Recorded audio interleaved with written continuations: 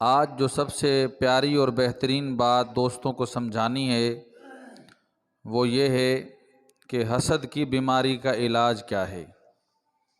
اور حسد کی بیماری ایسی ہے جو لوگوں کے اندر عام جام پائی جاتی ہے۔ میرے استاد محترم مفتی محمد حسن صاحب لاہور والے، انہوں نے اپنے شیخ الحدیث جامعہ اشرفیہ کے مفتی محمد سرور صاحب دامت برکاتہم عالیہ سے سنا کہ ان کے پاس ایک شخص آیا اور آ کر حضرت سے کہنے لگا کہ حضرت، جب میں لوگوں کا پڑھنا پڑھانا، اٹھنا بیٹھنا، مال دولت اور کاروبار، اور جب ان کی بڑھوتری کو میں دیکھتا ہوں تو مجھے جلن محسوس ہوتی ہے، مجھے حسد محسوس ہوتا ہے۔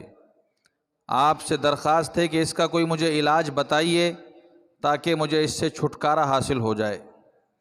تو حضرت نے اس شخص سے کہا کہ بھائی، اس کا علاج تو بہت آسان ہے، آپ کو بس کرنا یہ ہے کہ جس کے بارے میں آپ کو جس کے لیے پڑھنے پڑھانے، اٹھنے بیٹھنے، مال دولت اور کاروبار سے جس شخص سے آپ کو جلن اور حسد محسوس ہوتا ہے، آپ کو چاہیے آپ اس کے لیے دعا کریں۔ اب ظاہر ہے ایک تو اس کو جلن ہوتی ہے، حسد محسوس ہوتا ہے، اب دعا کہاں سے کرے؟ یہ ایک کڑوا گھونٹ ہے اور اس کڑوے گھونٹ کو پینا ہر کسی کے بس کی بات نہیں ہے، لیکن اگر یہ کڑوا گھونٹ بندہ پی لے تو اس سے بہتر میٹھا شربت کوئی نہیں ہے۔ یہ کڑوا گھونٹ ضرور ہے لیکن آدمی اگر اس کو پی لے تو اس سے بہترین شربت بھی کوئی نہیں ہے۔ تو اس کے لیے آپ یوں دعا کریں کہ یا اللہ، اس کے مال میں، رزق میں، ہر چیز میں یا اللہ تو اضافہ عطا فرما، برکت عطا فرما، اور اس کے لیے دعا گو رہیں۔ اگر اللہ تبارک و تعالی نے آپ کی دعا کو اس کے حق میں جو ہے نا قبول فرما لیا تو یاد رکھو کہ کام وہ کرے گا اور ثواب اللہ پاک آپ کو عطا فرمائیں گے۔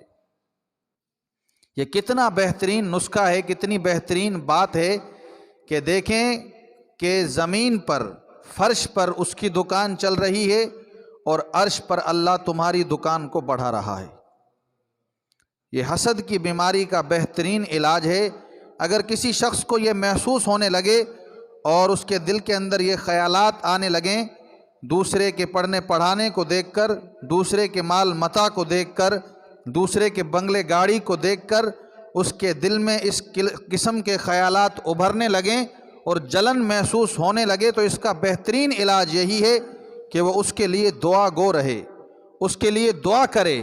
لیکن یہ کڑوا گھونٹ ہے، ہر کوئی اس گھونٹ کو پی نہیں سکتا، لیکن اگر جو اس گھونٹ کو پی لے تو اس سے میٹھا شربت بھی کوئی نہیں ہے۔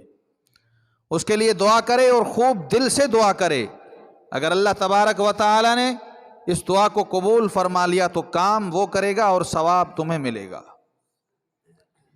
فرش پر اللہ اس کی دکان چلائے گا اور عرش پر تمہاری دکان کو بڑھائے گا۔